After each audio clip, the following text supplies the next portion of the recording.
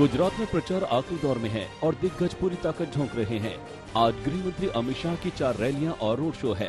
शाह खेड़ा, दाहोद, भरूच में रैलियां करेंगे। इसी तरह नर्मदे के नांदोड़ में शाह रोड शो करेंगे। इसके बाद रात 8 बजे उनकी अहमदाबाद में रैली होगी। बीजेपी की तरफ से आज स्मृति ईरानी भी प्रचार करेंगी। वलसाड और सूरत पर स्मृति ईरानी का फोकस है, जहां उनकी रैलियां हैं।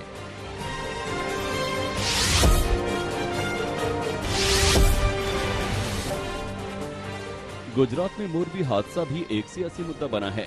इसी बीच हाईकोर्ट ने कहा है कि जो मुआवजा दिया गया है वो कम है, इस पर फिर से विचार होना चाहिए। हाईकोर्ट ने सारे पुलों के एक सर्वे का भी आदेश दिया है, ताकि कौन सा पुल खतरनाक हो सकता है इसका पता किया जा सके।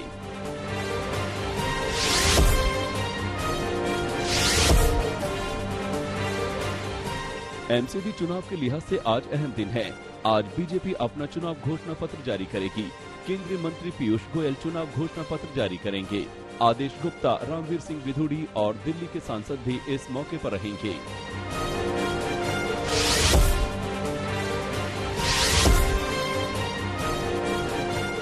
एमसीडी चुनाव के लिए कांग्रेस अपना थीम सॉन्ग आज लॉन्च करेगी। कांग्रेस पहले ही चुनाव घोषणा पत्र जारी कर चुकी है। कांग्रेस का चुनावी मुद्दा दिल्ली का वायु प्रदूषण और कूड़े के ढेर हैं। कांग्रेस अल्पसंख्यक वोट पर भी नजर जमाए हुए है।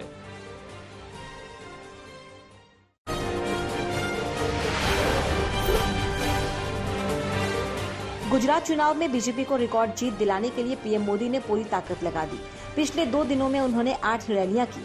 पालनपुर में पीएम मोदी ने लोगों को कहा कि ये चुनाव आने वाले 25 सालों के लिए गुजरात का भविष्य तय करेगा। वहीं मोदासा में पीएम मोदी ने बिना नाम लिए आम आदमी पार्टी पर निशाना साधा और कहा कि बिजली उत्पादन के बारे में सोचना चाहिए, न कि फ्री बिजली के बारे में। उधर आम आदमी पार्टी ने पीएम मोदी के लगातार हो रही रैलियों को लेकर निशाना साधा और कहा कि बीजेपी को हार का डर सता रहा है। राघव चड्ढा ने कहा कि जब से गुजरात में आम आदमी पार्टी और अरविंद केजरीवाल का आगमन हुआ है, तब से बीजेपी की नींद उड़ गई है। राजस्थान में अशोक गहलोत और सचिन पायलट के बीच का विवाद एक बार फिर जोर पकड़ रहा है। अशोक गहलोत के वार पर सचिन पायलट ने पलटवार किया। उन्होंने कहा कि वरिष्ठ नेता को ऐसी बातें शोभा नहीं देती। वो पहले भी मुझे निकम्मा और नकारा बता चुके हैं। दरअसल अशोक गहलोत ने एक इंटरव्यू में सचिन पायलट को गद्दार बताया था और कहा था कि वो कभी राजस्थान के सीएम नहीं बन पाएंगे। गहलोत ने कहा था कि हाईकमान सचिन पायलट को मुख्यमंत्री नहीं बना सकता।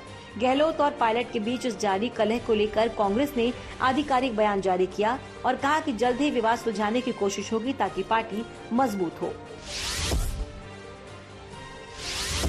कांग्रेस की भारत जोड़ो यात्रा के 78वें दिन पहली बार राहुल गांधी को बहन प्रियंका गांधी का साथ मिला। प्रियंका के साथ उनके पति रॉबर्ट वाड्रा और बेटा रेहान भी यात्रा में शामिल हुए। उनके साथ ही राजस्थान के कांग्रेस नेता सचिन पायलट भी राहुल के कदम से कदम मिलाकर चलते नजर आए। मध्य प्रदेश में भारत जोड़ो यात्रा के दूसरे दिन राहुल गांधी ने आदिवासियों के सम्मान और अधिकारों का मसला उठाते हुए आरएसएस और बीजेपी पर हमले किए। राहुल ने आरोप भी लगाया कि बीजेपी के राज में मध्य प्रदेश में आदिवासियों पर अत्याचार हो रहे हैं। अमित शाह ने इतिहास को तोड़ने मरोड़ने और गलत तरीके से लिखे जाने का आरोप लगाया है। गृह मंत्री असम के योद्धा लचित बरफुकन के 400वें जयंती समारोह कार्यक्रम को संबोधित कर रहे थे। उन्होंने कहा कि अब हमें अपने गौरवशाली इतिहास के बारे में लिखने से कौन रोक सकता है। कार्यक्रम में अमित शाह ने कहा कि मैं सभी विद्वानों और प्रोफेसरों से अपील करता हूं कि वो देश के किसी भी हिस्से में 150 से ज्यादा सालों तक शासन करने वाले 30 साम्राज्यों और 300 ऐसे महान व्यक्तियों के बारे में शोध, अध्ययन और लेखन करें जिन्होंने देश की आजादी के लिए लड़ाई लड़ी और बलिदान दिया। नगर निगम के चुनाव में दिल्ली के वसंतकुंज इलाके में केंद्रीय मंत्री अनुराग ठाकुर ने रोड शो किया, जिसमें हजारों की तादाद में समर्थकों ने हिस्सा लिया। बीजेपी निगम के चुनाव में वापसी के लिए पूरा जोर लगा रही है। रोड शो में अनुराग ठाकुर ने वसंतकुंज वार्ड के प्रत्याशी जगमोहन महलावत के लिए प्रचार किया। केंद्रीय मंत्री अनुराग ठाकुर ने केजरीवाल सरकार पर निशाना साधते हुए कहा कि इस बार निगम में फिर से बीजेपी की सरकार बनने जा रही है। केजरीवाल सिर्फ झूठे वादे करते हैं, जनता उनके झूठ से परेशान हो चुकी है।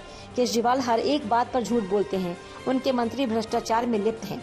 केजरीवाल अपने मंत्रियों और विधायकों पर कोई कार्रवाई नहीं करते। जनता इस बार निगम में बीजेपी की सरकार बनाने जा रही है।